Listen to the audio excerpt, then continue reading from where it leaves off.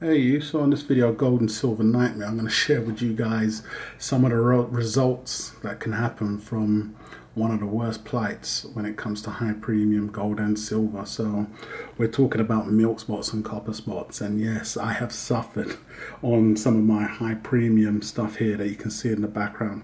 So I'm just going to show you guys and explain how they were stored, see if anything can be done from that, or any information can be taken from that, and just move forward from there on what I intend to do. So before I break into that, I just want to remind you guys once again that I am on other platforms that I've left in the description. It'd be fantastic if you guys can come along and join me on those platforms. So those platforms are Steemit, the Silver Forum, and Instagram. So I've left them all in the description, and it'll be fantastic if you guys could come along and join me on those other platforms.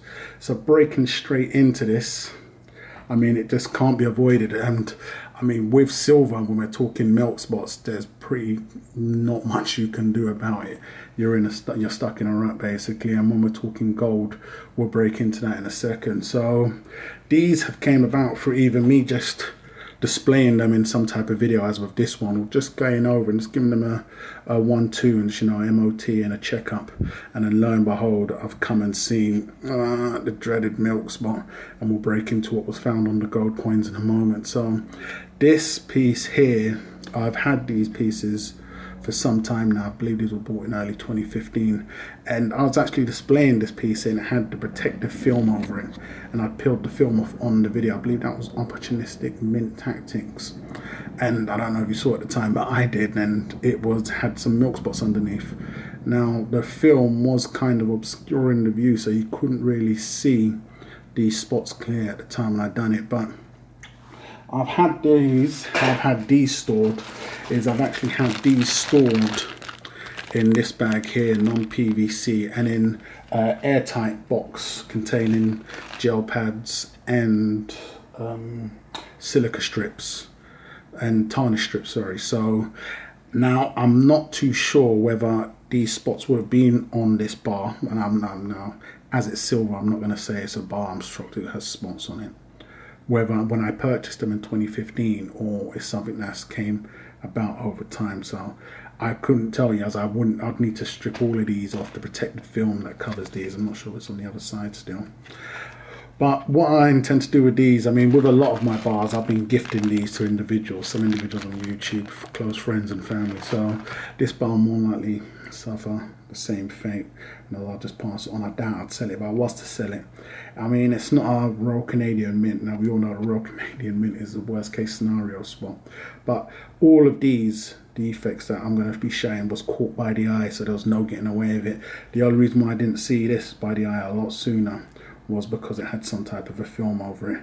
But that's this piece here. So what I intend to do with this is more than likely just keep it apart of the stack. Let's see what Spot does, and it'll come along for the ride. But saying that, it'd be fantastic to know what you guys would do with a lot of these defects I'm going to find. And have you gone over your stack recent and given it a little health check, or even under a loop, and see if you have any problems with your pieces, because you may be surprised at what's lurking underneath. So looking at this next piece, this was kind of surprising. Now an individual's been contacting me about this coin. It comes in the anniversary set that I have. It's the 2010, I believe, wildlife coin. So that's the lion we've got there. And yeah, so I was just going over it, making sure everything was fine. I had these coins separated from the anniversary box it came in. I have done a video of this when I purchased this box. When I'm displaying the coins there, you can see that they're all fine. And lo and behold, you can see, I think it's just riddled with some spots around there and a little up there. I can't see too well through the lens. But that was a bit of a shock, because these do come in an airtight kind of pouch. I'm not sure if the air's been totally sucked out of those, but they come somewhat vac sealed. These was not in any type of box or container with strips and gel pads, so that could have played a role. I picked these up, well, I done an unboxing. I picked these up, it was middle of last year, I believe, and it's been a little while. I mean, this coin came out in 2010, so seeing it with spots popping up now, that was 7 years. So, you know, can be some type of incubation time for it, like, spreads out. or goes crazy. But looking at it, it is somewhat of a shame with it being just like that.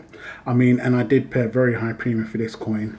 It would be sold as is. I'd make it very clear to whoever was interested to purchase on the little imperfection. I'm not going to really go about and try and pick up a 2010 and replace it into the set, but it is a bit of a shame, and it has definitely popped up within the time that I've owned it, because I did go over this when I did purchase it. So that's another one of the, well, the worst plight that can happen to any type of high premium silver that you've got.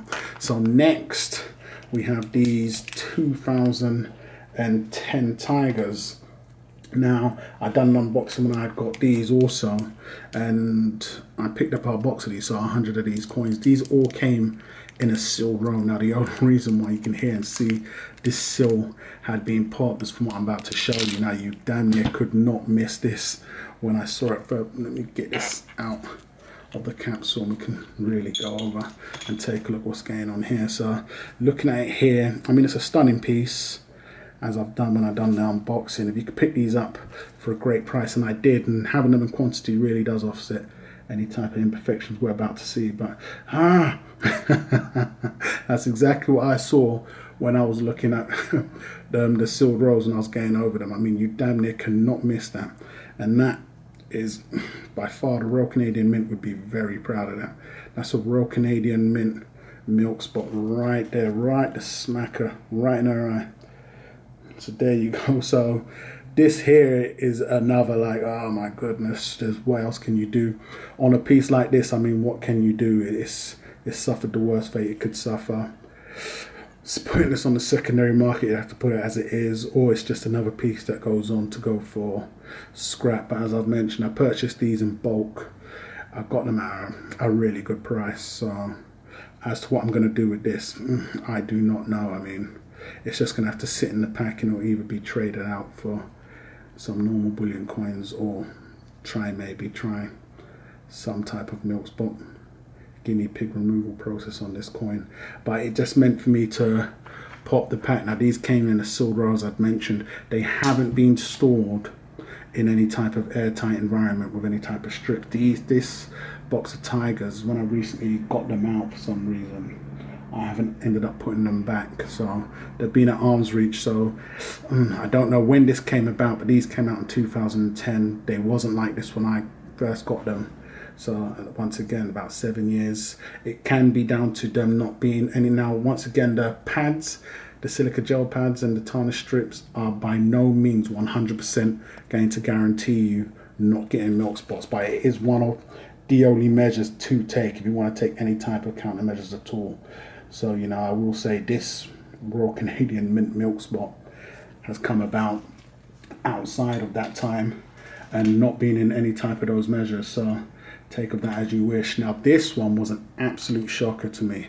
Now, this is one of these plights that I never expected to see, and it's on a gold piece. And why? Because I understand there are copper spots and they come about, but from what I've read about, it's very rare to see them on a 0.39s, 49s, or 59s gold piece. Now, this is on a proof Libertad coin that I've got, and I got this coin out recently, and as you can see, it's absolutely riddled with copper spots. Taking a look at that, all the red spots, and I've had this set out recently, and it has been in an airtight box with gel strips and silica strip pads also. So looking at it, I mean, both sides have just come riddled out. Now, the only saving grace for this, now it is a proof coin, is these copper spots are somewhat easy to remove from what I've seen and read. And I believe it takes some foil, baking soda and warm water, and it doesn't go on to leave any abrasions on the coin. But at some point I will get to put in that method for its paces and see if we can get that sorted. But this was an absolute shock for me. I mean, I've literally suffered a gold and silver nightmare in that the gold has suffered spots which I never expected to be seeing.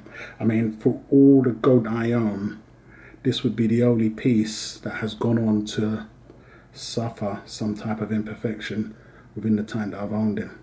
Now, I picked this set up and I did display it also, and I wasn't able to get the coin out, but I did see this through the actual capsule. So maybe just take a good close look at that. It's absolutely riddled with copper spots.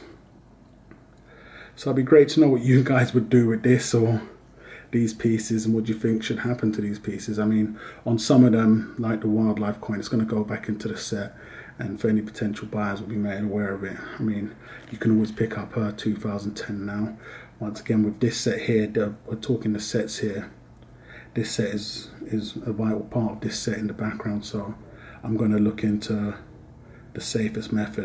It being on approved, I want an abrasion-free method to remove these copper spots. It's not as bad as I think, but I do intend to hold on to this set. It wouldn't be a set I'd slab. I'm going to keep it raw. Any potential buyers, we could maybe sort something out, but looking at that, it's absolutely riddled. But I'm gonna leave it at that. So once again, go ahead and follow me on those other platforms, guys. All links are left in the description. Be fantastic to know your thoughts on this in the comments. Hate or love it, let me know what you think. Go ahead and subscribe if you haven't done so already, and I'll be catching you guys on the rebound.